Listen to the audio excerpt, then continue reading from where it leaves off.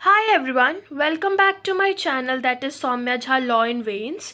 So, for more videos related to law, please do like, share and subscribe to my channel. Hi everyone.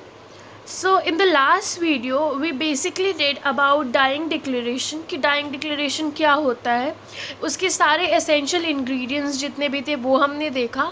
Also हमने कुछ case laws भी देखे थे और difference किया था हमने between Indian law and British law के बीच में हमने डिफरेंस भी किया था.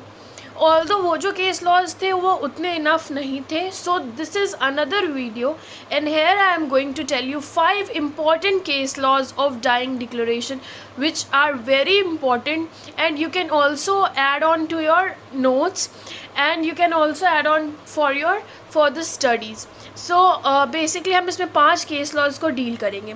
So let's get started without wasting time. Also follow me on my Insta ID Soumya Jha Law in Veins. Thank you. So let's get started with the video. Okay तो जो सबसे पहला और इम्पॉर्टेंट केस लॉ है वो है हमारा पकला Narayana Swami versus King emperor. ये एक बहुत ही इम्पॉर्टेंट केस लॉ है तो इसको हम सबसे पहले डील करेंगे, फिर हम आगे की फर्दर केस लॉज डील करेंगे. ठीक है. ओके तो इसमें बेसिकली ये हुआ था कि जो एपिलेंट था, the appellant was charge with the murder of the disease. जो डिसीज था उसका नाम था कुरी नकारजी. ठीक है, कुरी नकारजी जो एपिलेंट था उसको चार्ज किया गया था मर्डर के लिए. उसने मर्डर किया था कुरी नकारजी का. ठीक है, जो बॉडी था डिसीज का जिसको एपिलेंट में मारा था उसको कम्प्लीटली कट किया गया था बहुत सारी जगहों से एंड उसको बेसिकली उस बॉडी को रिकवर किया गया था from a trunk in a railway station compartment. Railway station compartment के पास से उस बॉडी को बेसिकली रिकवर मतलब पाया गया था. वो बॉडी पाई गई थी एक रेलवे स्टेशन कंपार्टमेंट के पास से ऑन मार्च 23, 1937. मार्च 21, 1937 को वो बॉडी पाई गई थी. One of the items of the evidence against him adduced by the prosecution was a statement by the deceased to his wife on March 20, 1937. एक उन आइटम्स जो बहुत सारे एविडेंस कलेक्ट किए थे उसमें एक इम्पॉर्टेंट आइटम प्रोसिक्यूशन ने कलेक्ट किया था. वो ये था कि जो डिसीज़ था उसकी वाइफ का स्टेटमेंट कि उसने ये कहा था कि उसकी वाइफ ने ये कहा था by the deceased to his कि जो डिसीज़ था उसने अपनी वाइफ को 20 मार्च 1937 को कहा कि that he received a letter asking him to go to the house of the accused for receiving money. कि उसने उस डिसीज़ ने एक लेटर बेसिकली उसको मिला है एंड उसको जो अक्यूज्ड है जो जिसके ऊपर चार्जेस लगाए गए हैं मर्डर के, उसने उसको घर बुलाया है कुछ मनी के लेन देन के लिए बेसिकली, और उसको घर बुलाया है and to give for receiving money due to him and that he was going और उसको उस चीज़ के लिए जाना है. बस ये जो था ये बहुत ही बेसिक एविडेंस और एक इम्पॉर्टेंट एविडेंस था जो डिसीज़ की वाइफ के द्वारा प्रोसिक्यूशन को दिया गया कि डिसीज़ की वाइफ की बात 20 मार्च 1937 को हुई थी और वो मनी पैसे देने गए थे और 23 मार्च को बॉडी पाई गई. उसके बाद से 20 मार्च के बाद से जब वो चले गए तो उनका कोई भी अता पता नहीं था. So this was the basic fact before it. ठीक है, तो जो यहाँ पे प्रिवी काउंसिल थी उसने ये कहा, the Privy Council held that the accused statement was partly a confession and partly explanatory of his innocence. कि जो अक्यूज़ का कन्फेशन था प्रिवी काउंसिल ने ये कहा कि वो बेसिकली वो जो कन्फेशन है वो बेसिकली जो उसका स्टेटमेंट या फिर उसने जो कहा वो पार्टली कन्फेशन है और पार्टली एक्सप्लेनेशन है उसके इनोसेंस का. Also the statement of the accused to his wife that he was invited by the accused's wife, deceased wife to come to Behrampur to collect his loan was held to the court be a dying declaration. वो भी held किया dying declaration में. So ये तो basic चीज़ कही गई उसके द्वारा. अब इसका basically हम explanation देखते हैं. सबसे पहले हम जानते हैं कि जो कन्फेशन होता है, चाहे वो जुडिशियल हो, एक्स्ट्रा जुडिशियल हो और या फिर सेल्फ कन्फेशन हो, वो एक एडमिशन होता है, ठीक है। Confession whether judicial, extrajudicial और self confession is an admission. Also हमें ये भी पता है कि जो कन्फेशन होता है वो किसके पास, वो जुडिशियल मजिस्ट्रेट के सामने ही एडमिसिबल होता है। तो इस केस से, from the case if an accused admits to certain fact of an allegation, no matter how incriminating the facts may be, that in itself is not tantamount to an admission that the accused committed the offence. If the accused statement partly explains his innocence, that statement cannot be confession. इस case में ये कहा गया कि अगर accused किसी भी fact को एडमिट करता है जो एलिगेशंस उसके ऊपर लगाए गए हैं, चाहे वो फैक्ट्स कितने भी इंक्रिमिनेटिंग क्यों ना हो या फिर कितने भी वो ये दिखाएं कि हाँ इस बंदे ने क्राइम कमिट किया है और उस पर्टिकुलर चीज़ को एडमिट कर रहा हो, बट अगर वो पर्टिकुलर स्टेटमेंट जो अक्यूज़ ने दिया है वो थोड़ा बहुत भी अगर वो ये शो कर रहा है कि जो अक्यूज़ था वो इनोसेंट था, एक्सप्लेन्स हिज इनोसेंस, वो इनोसेंट था, तब उस स्टेटमेंट को हम कन्फेशन नहीं कंसीडर कर सकते हैं।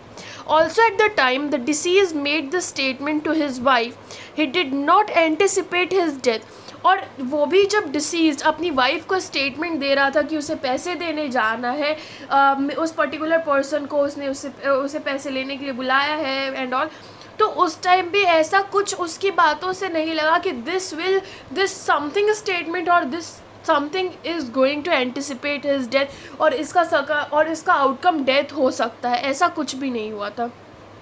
But the statement explained the circumstances of the surrounding transaction as required under section 32 clause 1 of Indian Evidence Act. But जो statement था उसने completely explain किया सारे circumstances को, जो उस particular incident के transaction से अराइज होते हैं और वो पर्टिकुलरली सारे रिक्वायरमेंट्स जो हैं सेक्शन 32 के clause 1 of Indian Evidence act जो डाइंग डिक्लेरेशन है उसको पूरे करते हैं। दस even though the general presumption of expectation of death did not apply in this case, कि जो जनरल प्रिजम्पशन है कि डेथ हो सकता है या नहीं हो सकता है वो अप्लाई नहीं होता है इस केस में। The statement still qualified under 32 clause 1 and was admissible as dying declaration under the section। और ये जो statement है although ये completely नहीं इस चीज़ को बात को प्रूव करते बट ये स्टिल क्वालिफाई होता है as under section 32 clause 1 and was admissible as dying declaration under this particular section of Indian Evidence Act। ठीक है, therefore statements which are made by deceased person who did not expect their death as still admissible in evidence as dying declaration as long as such a statement meet the requirement of section 32 clause 1 of the Indian Evidence Act। कि जब तक जो statement है जो किसी disease person के द्वारा दिया गया है जो ये एक्सपेक्ट नहीं कर रहा था वो बंदा कि उसकी डेथ हो जाएगी या फिर उसे उसका कुछ ऐसे सर्कमस्टांसेस आ रहा है जिससे उसके मार दिया जाएगा, तो वो as long as that particular statement is admissible as evidence as a dying declaration, जब वो सारे के सारे रिक्वायरमेंट्स फुलफ़िल करते हैं of section 32 clause 1 of the Indian Evidence Act. I think ये Pakala Narayana Swami versus King Emperor का केस बहुत ही अच्छे से क्लियर हो गया होगा, सारे फैक्ट्स और प्रीवी काउंसिल ने क्या बोला इसके एक्सप्लेनेशन भी मैंने आपको बता दिया कि कन्फेशन और दो चीज़ों पे यहाँ पे बेसिकली क्वेश्चन अराइज हुआ था। कन्फेशन के ऊपर दो इश्यूज़ थे, कन्फेशन के ऊपर और एक डाइंग डिक्लेरेशन के ऊपर। तो क्लियरली कहा गया कि कन्फेशन हम नहीं मान के लेंगे, कन्फेशन नहीं है ये स्टेटमेंट, क्योंकि वो पार्टली अपने इनोसेंस को भी उस स्टेटमेंट में प्रूव करता है, और दूसरी चीज़ कि यहाँ पे इसको हम डाइंग डिक्लेरेशन क्लियरली एडमिट करेंगे। ठीक है, तो ये दो आई थिंक चीज़ें जो है इस केस की बहुत इंपॉर्टेंट है वो क्लियर हो गई होंगी आपको। Moving forward to another case, Queen Empress versus Abdullah. ठीक है, क्वीन एम्प्रेस वर्सेस अब्दुल्ला। अब सबसे पहले यहाँ पे हम देखते हैं कि इसका फैक्ट्स क्या थे। सबसे पहले जो अक्यूज था, that accused was charge with the murder of a prostitute by cutting her throat with a razor. कि जो अक्यूज था उसको चार्ज किया गया था मर्डर के लिए कि उसने एक प्रॉस्टिट्यूट के थ्रोट को कट किया था रेजर से।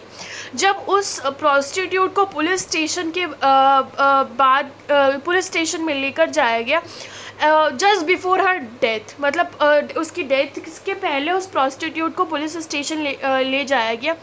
और उससे बहुत सारे क्वेश्चंस पूछे गए, बहुत सारे लोगों के बारे में कि कौन आता था, कौन जाता था, and everything related to circumstances जिसमें इंजरी हो सकती थी, या फिर पुलिस को ऐसा लग रहा था कि इस पर्टिकुलर सर्कमस्टांसेस की वजह से इंजरी हुई है ऑनर, बट जस्ट बिकॉज उसका थ्रोट कट हुआ था तो she was unable to speak.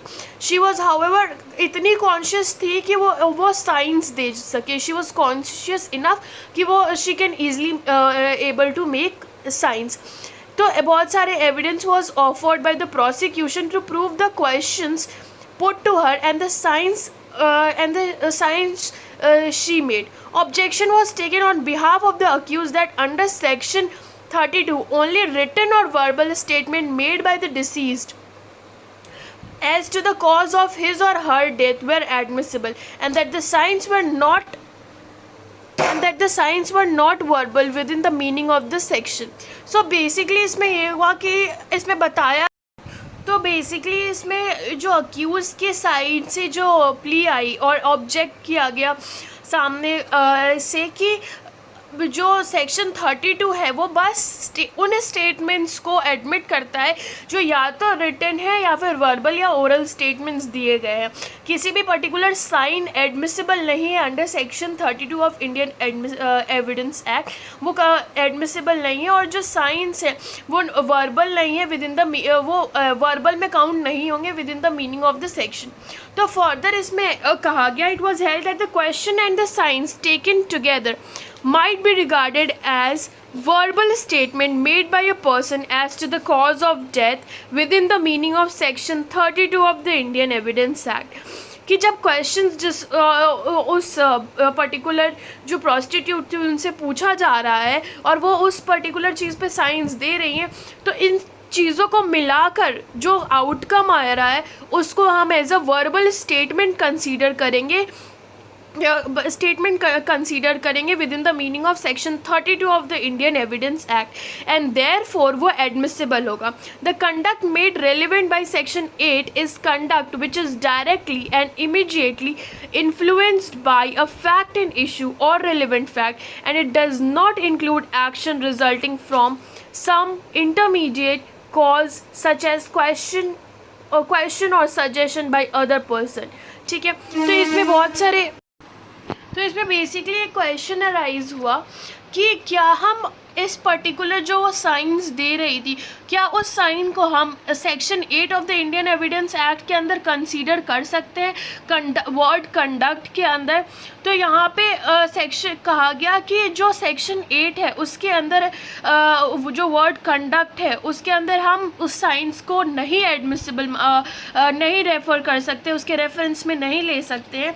और इसके लिए जो जस्टिस थे मिस्टर जस्टिस महमूद जो थे, उन्होंने ये कहा, तो जस्टिस महमूद ने ये कहा कि जो वर्ड कंडक्ट दिया गया है सेक्शन 8 में does not mean only such conduct as is directly and immediately influenced by a fact and issue और रेलिवेंट फैक्ट। कि जो ये वर्ड कंडक्ट है सेक्शन 8 में जो दे रखा वो डायरेक्टली या इमीडिएटली इन्फ्लुएंस नहीं होता है,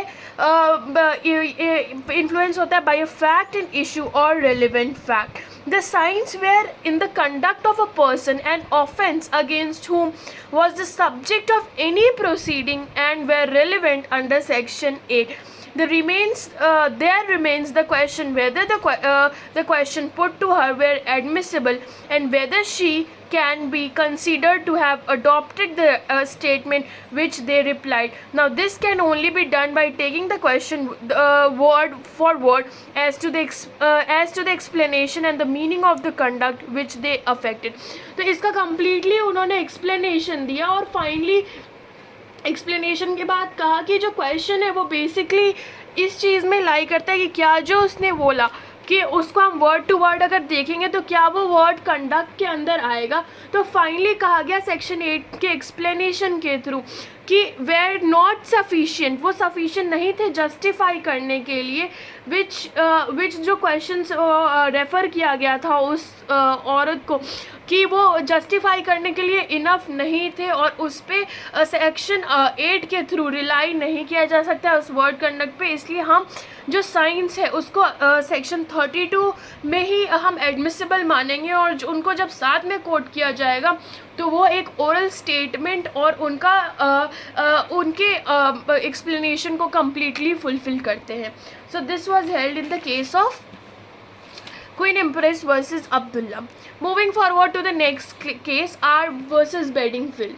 ये भी एक बहुत ही इंपॉर्टेंट केस लॉ है, आर वर्सेस बेडिंगफील्ड। बहुत ही बार आपने इस केस को डिस्कस किया होगा, ठीक है। इस केस में बेसिकली क्या हुआ था कि मर्डर का ट्रायल चल रहा था। इट अपीयर दैट कि जो डिसीज्ड है with her throat cut came suddenly out of the room, वो रूम के बाहर आए, जिसमें in which she had left the prisoner and that she said, उसने रूम के बाहर आते ही उसने इमीडिएटली कहा, जैसे ही वो रूम के बाहर आए उसने कहा, see what Harry had done to me, ठीक है। उसने इमीडिएटली वो रूम के बाहर आते हैं उसने कहा, see what Harry had done to me,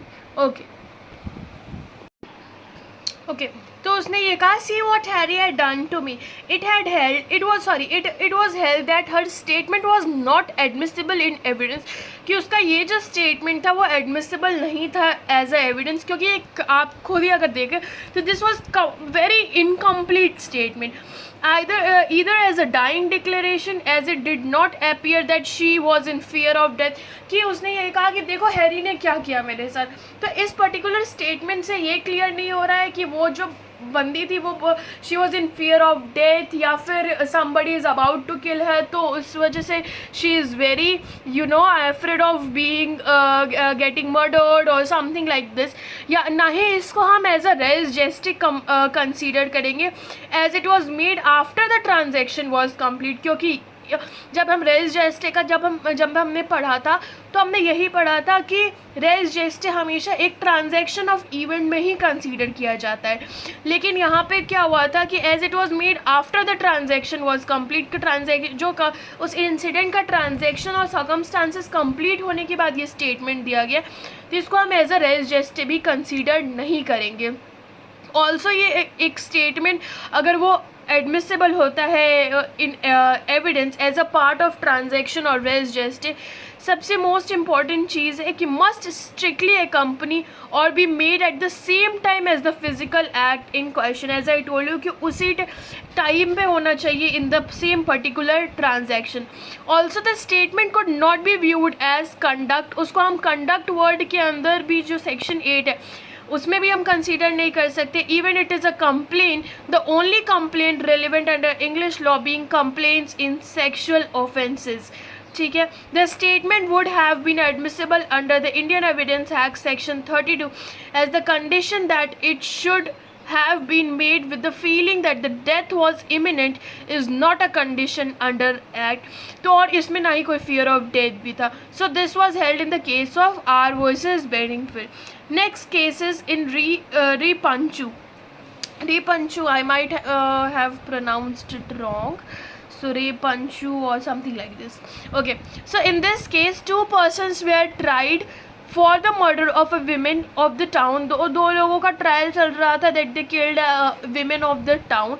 evidence was let in by the prosecution of number 1 the association of the 2 accused person, second the association in cases spoken to by some prostitutes whom these visited and robbed of their money and ornaments. 2 चीज़ों के लिए basically चल रहा था कि इन accused person के लिए और in association with the cases ये 2 लोग जिन प्रोस्टिट्यूट्स के पास गए थे and rob their money and ornaments. The question was whether this evidence was relevant. It may be logically relevant but not legally relevant. तो इसमें ये कहा गया कि ये लॉजिकली तो रेलिवेंट हो सकता है बट ये लीगली रेलिवेंट नहीं है because it would be res inter alios acta which means things done between other ought not to injure an outsiders. जो दूसरों के बीच में, जो दो लोगों के बीच में जो चीज़ें की गई है या कही गई है, it ought not to injure the outsider. Their activities with the other women would be similar unconnected transaction and do not make the existence of fact and issue highly probable। तो इसमें क्या ये कहा गया कि इस पर्टिकुलर इन दो चीज़ों को हम ये नहीं ले नहीं सकते साथ में, because the things they did to other women and they went and with to the prostitutes and like looted their money and ornaments does not exactly correlate with this incident and do not make the existence of fact and issue highly probable। So this was the case in Ripanchu। ठीक है, तो I think आपको ये case law भी समझ आ गया होगा। इसमें बहुत सारे क्वेश्चंस के ऊपर, ये सेक्शंस के ऊपर भी क्वेश्चंस आए थे कि क्या सेक्शन 6 के अंदर ये आता है, क्या सेक्शन 7 के अंदर ये आता है, सेक्शन 9 के ऊपर भी, सेक्शन 9, 14, 15 के ऊपर भी क्वेश्चंस उठा था।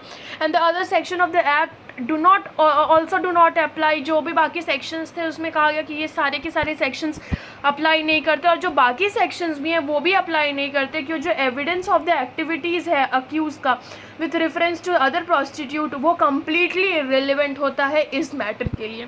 ठीक है, सो हमारा जो नेक्स्ट में हम आते हैं, जो फाइनली नेक्स्ट केस लॉ और the last case law of this video is fifth case law is Moti Singh versus the state of UP।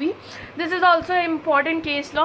The accused was convicted on the dying declaration of a person who received 2 gunshots wounds during the occurrence. जो accused था वो basically convict किया गया था dying declaration पे of a person से, जिसको basically 2 gun shots लगे थे उस पर्टिकुलर इंसिडेंट के अकरेंस के टाइम पे। The dying declaration was given while the person was in hospital but he died 20 days after he left the hospital and there was no evidence that he died as a result of the injury received at the evidence। तो यहाँ पे जो dying declaration उस person ने दिया था वो 20 दिन पहले ही दे दिया था और वो 20 दिन के बाद मरा था। एंड इसमें ये कहा गया कि नो एविडेंस, कोई भी एविडेंस नहीं था कि वो उसकी जो डेथ हुई है वो इसलिए हुई है because the wounds he receive because of the occurrence of that particular incident.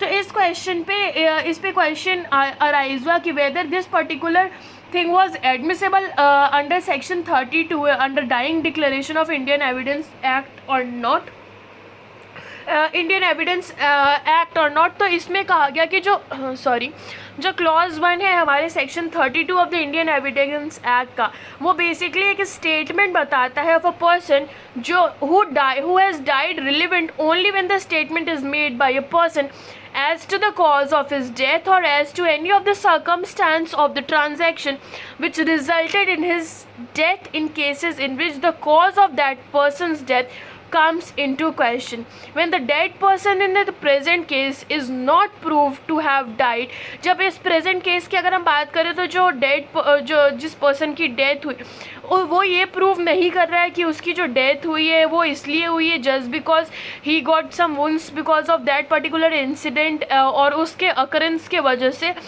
So in that situation his statement cannot be said to be a statement as to the cause of his death as to any of the circumstances of the transaction which resulted in his death। The result is that the statement of the victim is inadmissible in evidence और उसको हम consider नहीं करेंगे as a dying declaration under section 32 of Indian Evidence Act। तो I think आपको ये पांचों case laws clear हो गए होंगे। Pakala Narayana Swami versus King Emperor, Queen Empress versus Abdullah, R versus Bedingfield in Ripanchu and Moti Singh versus State of UP। सारे के सारे पांचों case laws I think clear हो गए होंगे सारे के सारे। आपको अगर कोई भी डाउट है तो please let me know in the comment section below. Also for the notes please DM me on my Instagram ID that is Soumya Jha Law in Veins। And yes, please do like, share and subscribe to my channel। Yes, obviously I have never said, but that keeps me motivated to make more videos। And stay tuned, stay at home, stay safe। Thank you so much for watching this video। Thank you so much।